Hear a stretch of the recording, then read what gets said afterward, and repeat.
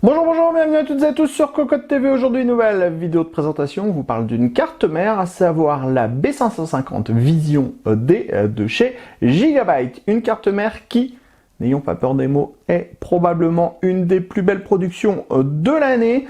C'est à destination des créateurs, c'est donc beaucoup plus sobre, beaucoup plus simple, avec des dissipateurs qui ont des formes juste basiques. Et vous allez le voir, c'est juste, vous l'avez déjà vu, c'est juste superbe au niveau du design. Ensuite, on va retrouver tout le nécessaire pour du B550 et donc installer son processeur AMD Ryzen 3000. Mais attention, cela a quand même un prix puisque la carte mère est proposée à un tarif de 345 € dans le commerce. On vous propose de la découvrir, c'est tout de suite, c'est maintenant, c'est sur Cocotte TV. On commence par le packaging, on retrouve une très belle boîte blanche avec des marquages or rose dessus, on retrouve le Gigabyte, le Vision, la référence B550 Vision D, on retrouve bien sûr les quelques logos Ryzen et AMD pour dire qu'on est ready pour les Ryzen en 3e génération, donc en 3000, que on a également un chipset B550 et un socket AM4.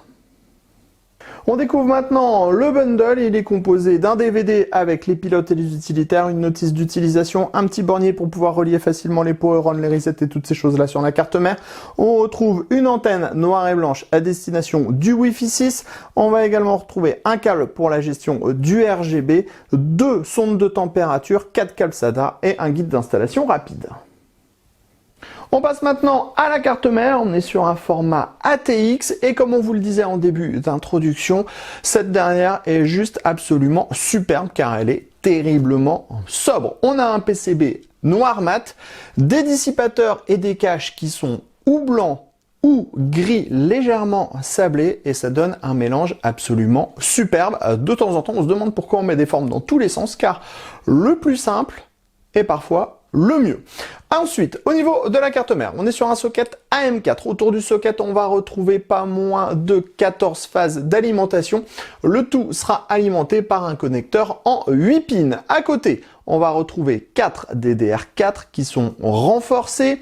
On sera sur du 3200 MHz maximum. Juste à côté, on a le postcode, le port 24 broche ATX pour pouvoir relier l'alimentation. On va retrouver 3 prises fan en dessous et en descendant un petit peu plus bas, on va retrouver 4 SATA et on va avoir toute la pléiade de connecteurs pour les USB 3.0, 3.2, pardon, Power On, Reset et encore des prises fan. Ensuite, on va voir ici le dissipateur à destination du chipset qui est lui aussi hyper classe.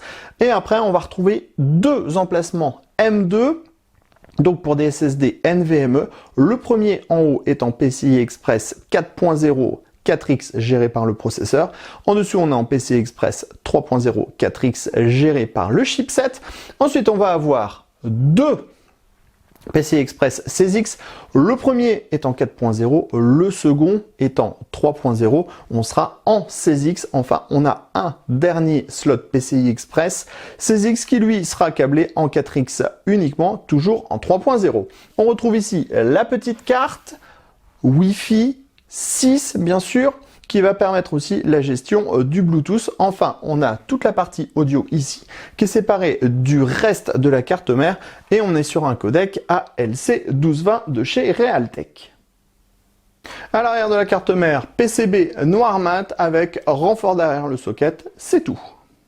On passe sans plus attendre à l'arrière de la carte mère. On va tout d'abord retrouver deux USB 2.0, dont un pour le BIOS. Ensuite, on va voir un PS2, un DisplayPort in, un HDMI. On va ensuite retrouver les deux borniers pour le Wi-Fi en AX200 avec une puce Intel.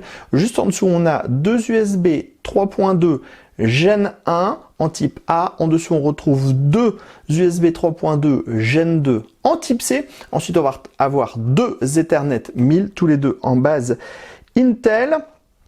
En dessous du premier, on retrouve deux USB 3.2 Gen 1. Sous le second, deux USB 3.2 Gen 2. Enfin, on a le son en 7 points avec une sortie optique. Et on est sur une puce, comme on le disait tout à l'heure, ALC 1220 VB. Une fois allumé, vous le voyez, on reste dans la plus grande sobriété, pas de RGB, on a juste une diode rouge qui atteste que la carte mère est bien en route et on a le postcode qui fonctionne. Par contre, vous pouvez le voir avec un ventira de CPU noir et blanc, des petites barrettes blanches sans RGB et aussi des petits grandons, noir et blanc un petit peu joli, ça nous donne un mélange absolument superbe. Vraiment, cette Vision D est juste magnifique. Sur ce, on se donne rendez-vous très prochainement sur cocotte.com pour toutes nos news, tous nos tests et sur notre chaîne Cocotte TV pour toutes nos prochaines vidéos. On vous dit à très bientôt, la cloche, le petit pouce, le petit commentaire, à bientôt!